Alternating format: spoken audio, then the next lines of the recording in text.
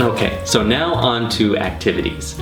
So think of yourself during this time as the activities director on a cruise ship. On a cruise ship, life is very regimented, but it's scheduled with really fun things. So think about, how do those different pleasant things correspond with our situation? Planning meals, making meals into a nice event. This is actually a really good time to use your nicer china and your nicer things, because if you're eating kind of more basic pantry food or rations, it's actually going to be a lot more pleasant dining experience when you're using your nice things, when you're using your porcelain plates, your good silver. It's going to elevate that meal, and it's going to bring a sense of occasion to something else that would otherwise kind of have a panic or a sense of deprivation. So let's get onto this list of activities. Number 1 is meditate. Showing you, rather than just talking about meditation, is my goal here. I like to use an essential oil diffuser for aromatherapy, because unlike candles and incense, it does not damage your lungs and respiratory system. Meditation is actually very easy, and you probably have everything you need already. Set yourself up as comfortably as possible. I prefer to be lying down with my feet and knees slightly elevated. That way I can completely relax all of my muscles and focus on the meditation. The only 3 things you really need to meditate are a smartphone or internet-connected device of some kind, headphones, and a comfortable chair, sofa, or bed. Today, I'm listening to a guided meditation created by Marissa Peer, and here is the link so that you can hear exactly what I'm hearing. Once I hear Marissa Peer's voice, I instantly relax. That's how strong my association with her voice is after several years of listening to her guided meditations and hypnosis audio recordings. People often tell me that they like to meditate sitting up because they fall asleep if they lie down during the day. What I always say to those people is to take that nap, let your body fully restore its energy, and then add on other wellness activities like meditation. Until we are fully rested, it's actually either counterproductive or a waste of time to focus on other self-care methods. I prefer to lie down so that I can completely let go and put all my attention on attaining a meditative, hypnotic state. When it comes to meditation, I think it's important to set a very specific intention and make a specific plan to execute your meditation session. However, once you have begun, don't hold on to your preconceived idea of how the session is supposed to go or what you are supposed to get out of it. This is a great chance to learn not to hold so tightly onto an outcome that you forego the chance to get an even better outcome than you knew was possible.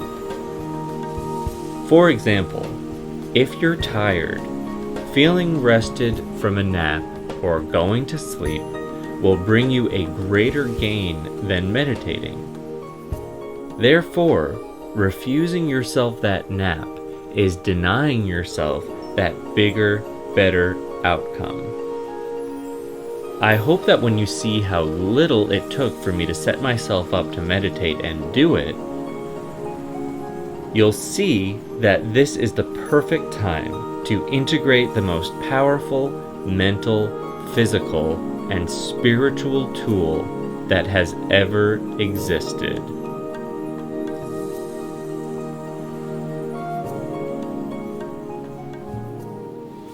My next suggestion is to scan all of your family photos, or at least the special ones. You know, old photos, they fade, they disintegrate, they get stuck together. They don't last forever, they don't. And more to the point, our memories of who was in that photo, where they were, why they took the photo, when it was taken, all of those are gone. And you think about, if you had a box of old family photos from 2 generations back, you probably wouldn't know who was in them, because think about it. Would you know what your grandmother looked like when she was a child? Would you know who was in those photos when they were an adolescent? Or, you know, any of the information that really makes those photos relevant. Otherwise, it's interchangeable with almost anyone else's family memorabilia. So scan them, and then as a text overlay to the image file, add that information, date, names of the people, location, what memory or event were they celebrating or doing in that photo.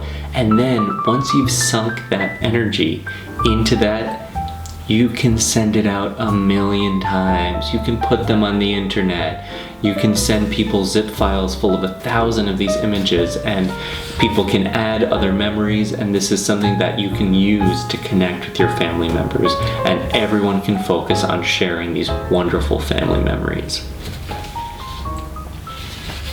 Number 3 is to declutter. Now, this is so important when you are stuck at home. If you're stuck in a cluttered, messy house, you are going to be miserable.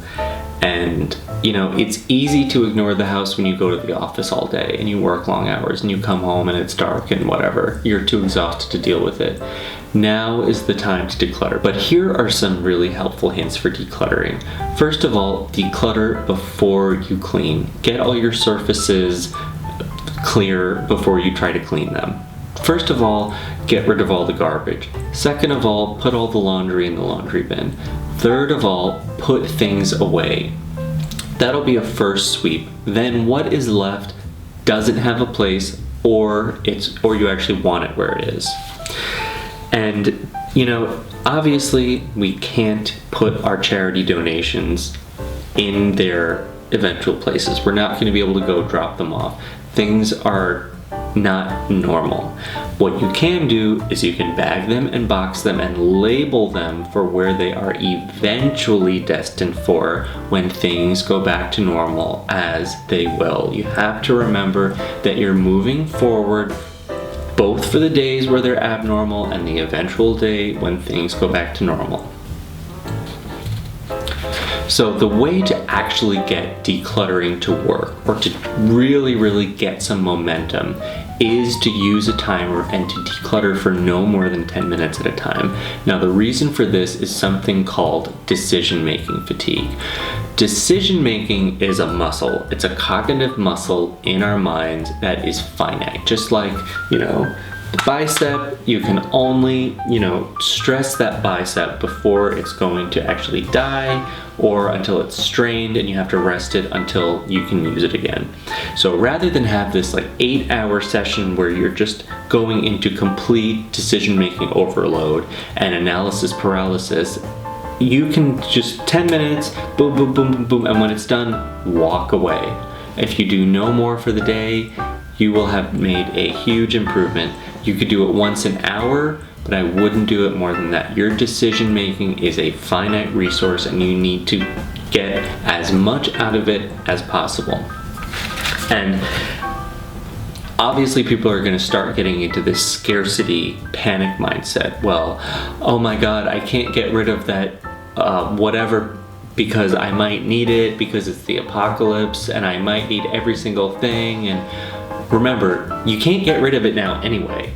So if you do need to use it again, you can just take it out of the box and bring it back into the mix. So don't get into a panicked mind frame.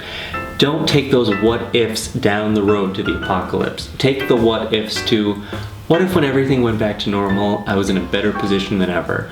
What if when everything went back to normal, I had this great decluttered house? what if when everything goes back to normal, I know how to meditate and I finally have confronted my fear and my anxiety? So let's not go down the road to the apocalypse. Let's climb our way to a much better and happier and calmer and freer tomorrow, even if it's despite all evidence to the contrary, because we're gonna make a choice to stay calm and move forward to that place. We're gonna make a firm decision, and that is going to send a message to our subconscious mind that all systems are go towards this end of remaining calm. Number 4 is to exercise at home.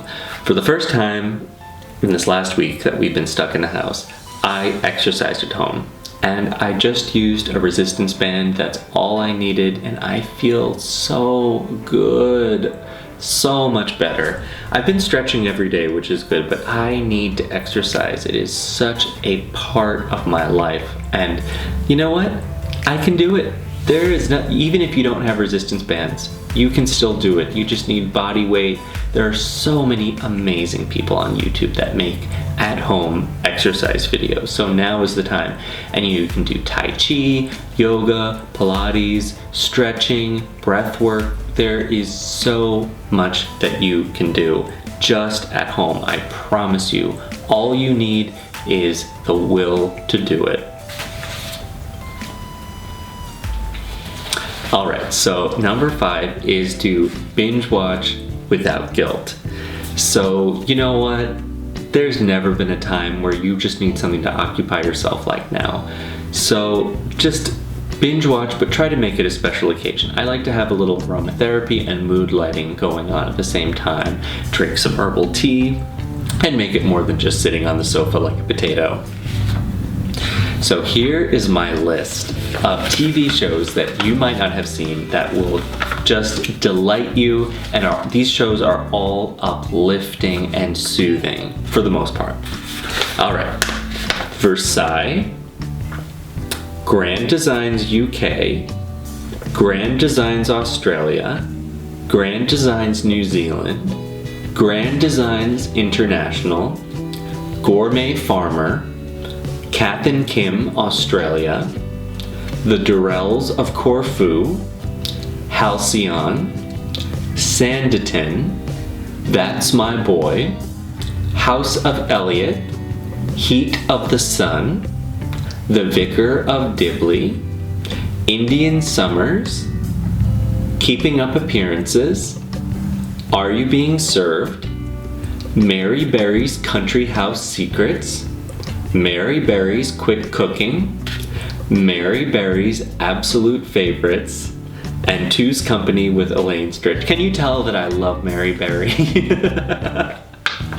So check out those TV shows, and what are your favorite TV shows? What do you like to watch? Right now I'm trying to stay away from anything that's violent or is going to be disruptive to my sleep, and what's sad is that they make so many more violent shows than soothing, optimistic shows.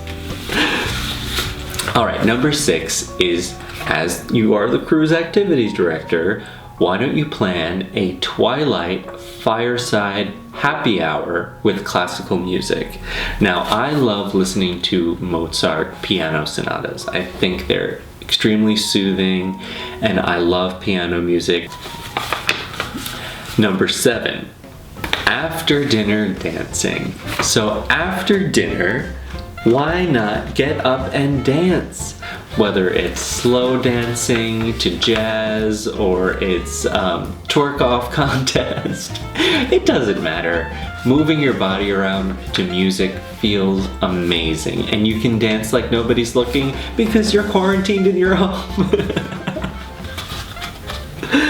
All right, number 8 is spa time. Now, I'm a big at-home spa person, and this is a time where you can really make a very simple spa time. Put on some aromatherapy, put on some mood lighting, put on some soothing meditation music, put on your nice fluffy robe.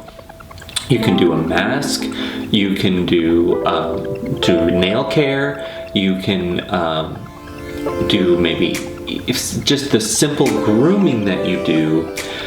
When you're doing it with all those other things like the mood lighting and the meditation music and the aromatherapy, they're sort of elevated, and they take on that sort of spa atmosphere. And the reason we go to a spa, the reason that people are willing to drop serious money to go to a spa, is to remove themselves from all of the stimulus that's making them so anxious, and paying money to have a break with that and be in completely different surroundings.